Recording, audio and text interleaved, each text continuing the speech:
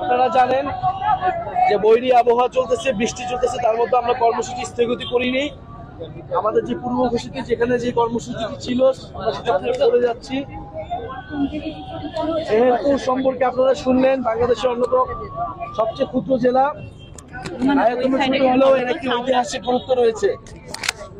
এই মেহেরপুরের বৈদ্যনাথ তলাতেই বাংলাদেশের যে অস্থায়ী সরকার মুক্তিযুদ্ধকালীন সেই সরকার গঠিত হয়েছিল, শপথ গ্রহণ হয়েছিল, বাংলাদেশের স্বাধীনতার ঘোষণাপত্র পাঠ হয়েছিল।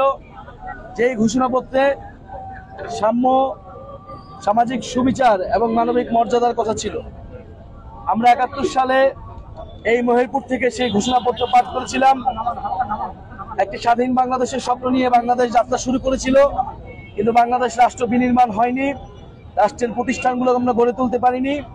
মুজিববাদী সংবিধানের মাধ্যমে মুক্তিযুদ্ধের আকাঙ্ক্ষাকে নস্যাৎ করে দেওয়া হয়েছিল এবং বাংলাদেশের ৫৪ বছরেও আমরা সেই সমস্যা দূর করতে পারিনি। ২৪-এর গণ অভ্যুত্থানের মধ্য দিয়ে আমরা একটি নতুন সম্ভাবনা এবং নতুন সুযোগ পেয়েছি বাংলাদেশ রাষ্ট্রকে আবার নতুন করে গড়ে তোলার। সেই রাষ্ট্র গড়ে তোলার লড়াই করছে এনসিপি এবং গণ অভ্যুত্থানের মধ্য দিয়ে যেভাবে স্বৈরাচারের পতন ঘটেছে, জাতীয় নাগরিক পার্টি এবার বাংলাদেশকে নতুন করে গড়ে তুলবে।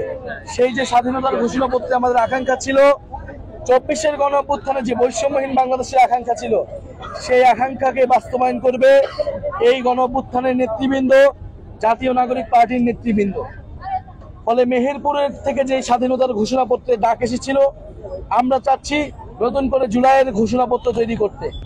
এই ঘোষণাপত্রের মধ্য দিয়েই বাংলাদেশ রাষ্ট্রের যে সামনের দিনগুলোর যে পথরেখা, সেই পথরেখা তৈরি হবে, বাংলাদেশ রাষ্ট্রের বিনির্মাণের রূপরেখা তৈরি থাকবে।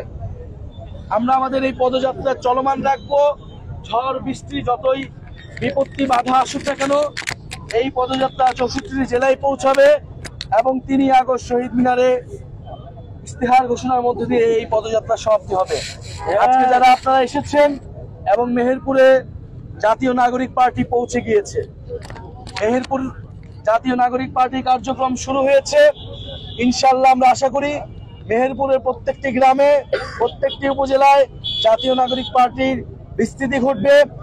আপনারা যারা আমাদের এই তরুণ নেতৃবৃন্দকে, গণ অভ্যুত্থানের নেতৃবৃন্দকে সমর্থন দিতে চান, আমাদের পাশে এসে দাঁড়ান। নতুন বাংলাদেশের সূচনা হয়েছে, নতুন স্বাধীনতার সূচনা হয়েছে। সেই স্বাধীনতাকে রক্ষা করতে হবে, গণ অভ্যুত্থানের আকাঙ্ক্ষাকে রক্ষা করতে হবে। সেই স্বাধীনতা যাতে বেহাত না হয়, এই দায়িত্ব আপনার আমার সকলের। আমরা পুরো বাংলাদেশে যেখানে যেখানে আন্দোলন হয়েছিল সেই স্পটগুলো ভিজিট করছি। মেহেরপুরের এই মোড়ে কিন্তু আন্দোলন হয়েছিল, ছাত্র জনতা ফ্যাসিবাদী সরকারের বিরুদ্ধে এখানে প্রতিরোধ তৈরি করেছিল। আমরা আজকের এই স্থান থেকে সেই মুক্তিকামী, সেই বিপ্লবী ছাত্র জনতাকে স্মরণ করছি, যারা আহত হয়েছিল, আহতদের প্রতি শ্রদ্ধা জানাচ্ছি এবং তাদের সুস্থতা কামনা করছি। ইনশাআল্লাহ আপনাদের সাথে আমাদের এই পথযাত্রায় আবারও দেখা হবে অন্য কোনো জেলায়। এবং আপনারা বাংলাদেশের প্রতিটি মানুষকে জানিয়ে দিন যে বিপ্লবের যে আকাঙ্ক্ষা ছিল, সে আকাঙ্ক্ষা শেষ হয়ে যায়নি। সে আকাঙ্ক্ষাকে বাস্তবায়নে গণ অভ্যুত্থানের নেতৃবৃন্দ এখনো রাজপথে আছে। আসসালামু আলাইকুম। আমরা বিদায় নিচ্ছি। ইনশাআল্লাহ আবারও আমাদের